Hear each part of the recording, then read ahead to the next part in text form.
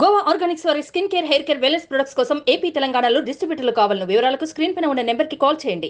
A couple అయినా, ఏ husband wife అయినా, ఏ relationship అయినా సరే, ఒక లవర్స్ మధ్యలో ఉండేది ఒక థర్డ్ పర్సన్.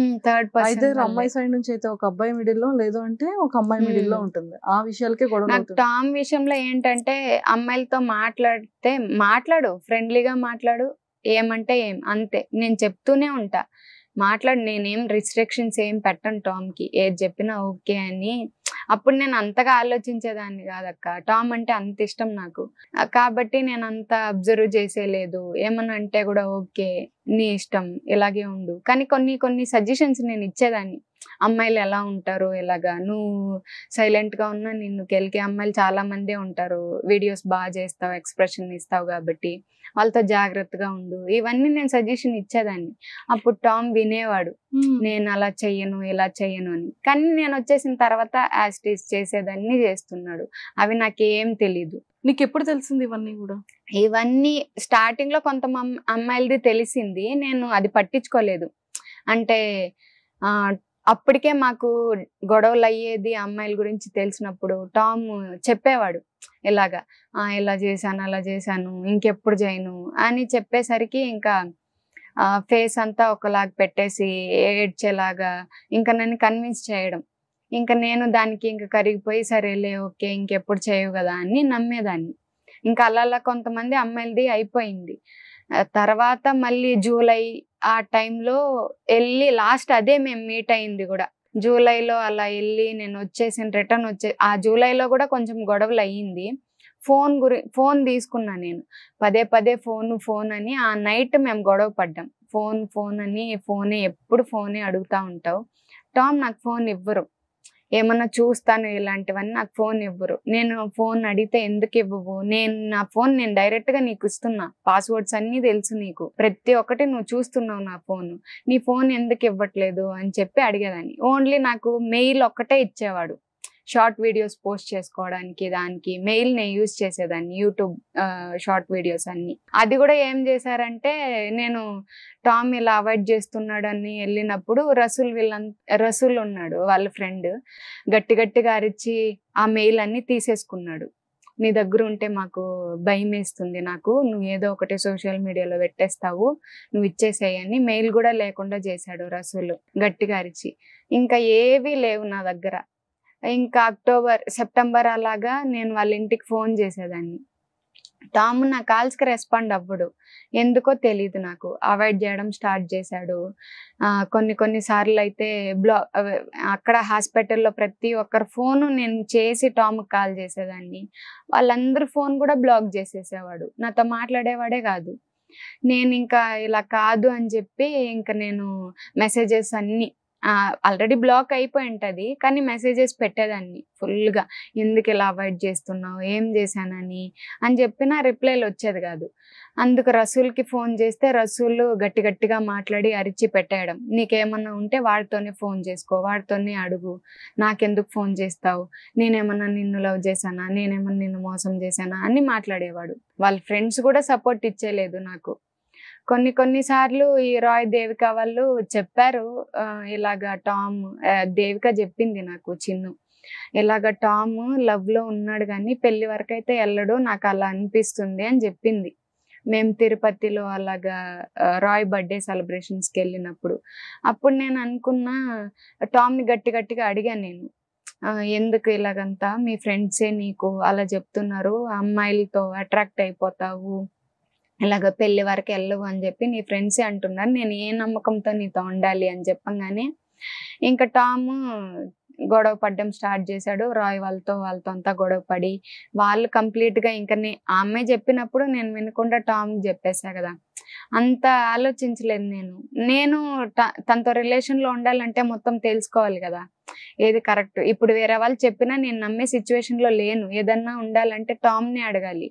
టామ్ని అడిగితే టామ్ ఏదో ఒకటి మేనేజ్ చేసేసేవాడు. అప్పుడు ఆ గొడవల వల్ల ఇంకప్పటి నుంచి వాళ్ళు నాతో మాట్లాడడం లేదు, రాయ్, చిన్ను వీళ్ళు. ఇంకా అవాయిడ్ చేస్తున్న కొద్దికి ఇంకా జాకీర్ సపరేట్ అయిపోయాడు. జాకీర్ నాకు తమ్ముడు, బాగా మాట్లాడేదాన్ని తమ్ముడు అని. జాకీర్ అస్సలు సంబంధమే లేదు, జాకీర్తో నేను మాట్లాడేది కూడా లేదు అంతగా, ఎందుకంటే వాడు సపరేట్ అయిపోయాడు, చిన్ను రాయ్ వాళ్ళు సపరేట్ అయిపోయారు. ఇంకా వాళ్ళతో నాకు కనెక్ట్ కూడా ఏం లేదు ఆ గొడవ తర్వాత. వాళ్ళు టామ్ విషయంలో టామ్ నన్ను ఇట్లా అవాయిడ్ చేస్తున్నాడని టామే వాళ్ళకి చెప్పిపిచ్చి బ్లాక్ చేపిచ్చేశారు అందరి దగ్గర, వాళ్ళ ఫ్రెండ్స్ అందరూ బ్లాక్ చేసేసారు నన్ను. రీల్స్ షార్ట్స్ ఇవన్నీ చేసేవాడా? అంటే ఒక్కొక్కసారి వైజాగ్ అలా వెళ్తాడు, వెళ్ళినప్పుడు కొంతమంది అమ్మాయిలతో రీల్స్ అలా చేశాడు, ఫ్రెండ్స్ అని చెప్పాడు నాకు వాళ్ళు. నేను ఏం పట్టించుకోలేదు. ఒక అమ్మాయితో రీల్స్ అవి చేశారు, వాళ్ళు కూడా పోస్ట్ చేశారు, నేను అంతగా పట్టించుకోలేదు, ఫ్రెండ్స్ అన్నారు కాబట్టి. వాళ్ళు కూడా అలాగే ఉన్నారు, నేను పట్టించుకోలేదు. 2-3 మెంబర్స్ 2 వీడియోస్ ఏమో వచ్చాయి టామ్ తో రీల్స్ చేసినట్టు, ఇంకేం లేదు. ఈ అవాయిడ్ చేయడం అక్టోబర్లో 14 వేరే అమ్మాయి కొనిచ్చింది, అది నేను అడుగుతుంటే లేదు లేదు అది నేను 13 అమ్మేసి 14 తీసుకున్నాను అన్నారు ఐఫోన్. కానీ వాళ్ళ ఇంట్లో వాళ్ళ సిస్టర్ నాకు చెప్పింది 13 కూడా ఉంది 14 కూడా తీసుకొచ్చాడు అని. వాళ్ళ పేరెంట్స్ని అడిగితే మేము కూడా అడగలేదమ్మా ఎలా తెచ్చాడు ఏంటి అన్నది, నా దగ్గర అయితే అమౌంట్ ఏమీ లేదనేవాడు. ఏమీ లేదు నేను తీసుకోవడానికి కూడా, నాకు అది నీకు సగం సగం తెలిసి నువ్వు అడుగుతున్నావు, నీకు అంతగా తెలీదు, అది నార్మల్గా వేరే వాళ్ళది ఫోను అని చెప్పేశాడు. కానీ అది వేరే అమ్మాయి ఇచ్చింది, ఇప్పుడు ఆ అమ్మాయి కూడా ఆ ఫోన్ తీసేసుకునింది అనుకుంటున్నా. వేరే వాళ్ళు ఇచ్చారు అని చెప్పి నాకు కవర్ చేసేవాడు. మళ్ళీ నేను ఫోన్ ఇచ్చాను. తనకి బైక్ అంటే బాగా ఇష్టం అన్నమాట, తన నీడ్స్ కి తనకి యూజ్ అవుతుంది అని చెప్పి నేను బైక్ ఇచ్చాను తనకి. కానీ ఇప్పుడు ఆ బైక్ ఏమంటే ఫుల్ పేమెంట్, డౌన్ పేమెంట్ కట్టే నేను తీసుకున్నా ఈఎంఐస్ ద్వారా.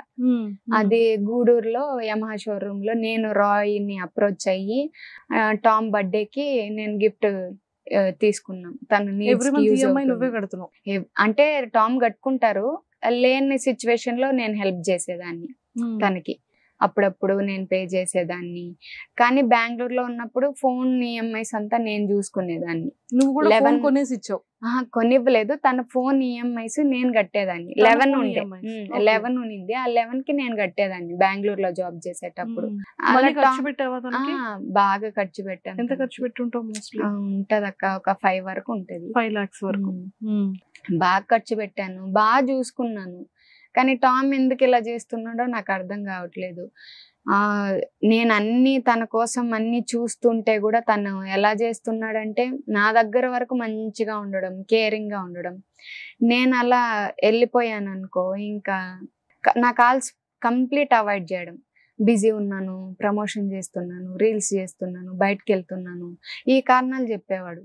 వాళ్ళ ఇంట్లో వాళ్ళకి నేను ఫోన్ చేస్తే వాళ్ళ ఇంట్లో వాళ్ళు ఇలా చెప్పడం, ఎలా అంటే మేము సరిగ్గా అడగట్లేదు, వాడికి డబ్బులు ఎలా వస్తుందో ఏంటో ఏమి అడగట్లేదు, అడుగుతాము, ఇలా మాట్లాడేవాళ్ళు స్టార్టింగ్ లో. అంటే నేను టామ్ రిలేషన్ లేదు అని వాళ్ళు అనుకుంటున్నారు ఫ్రెండ్స్ అని.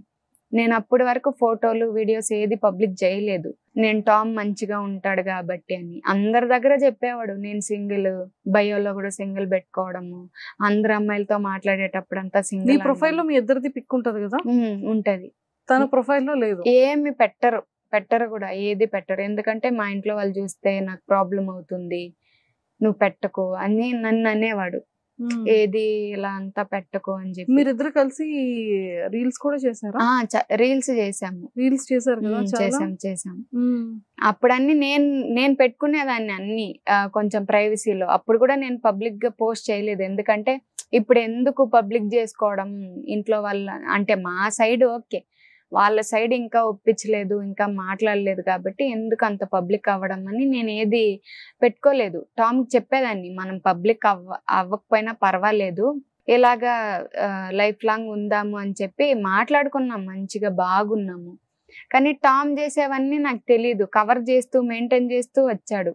ఈ అక్టోబర్ లో అలాగా మా ఇంట్లో తెలుసు. నేను చెప్పాను తజ్వీర్. ఓకే.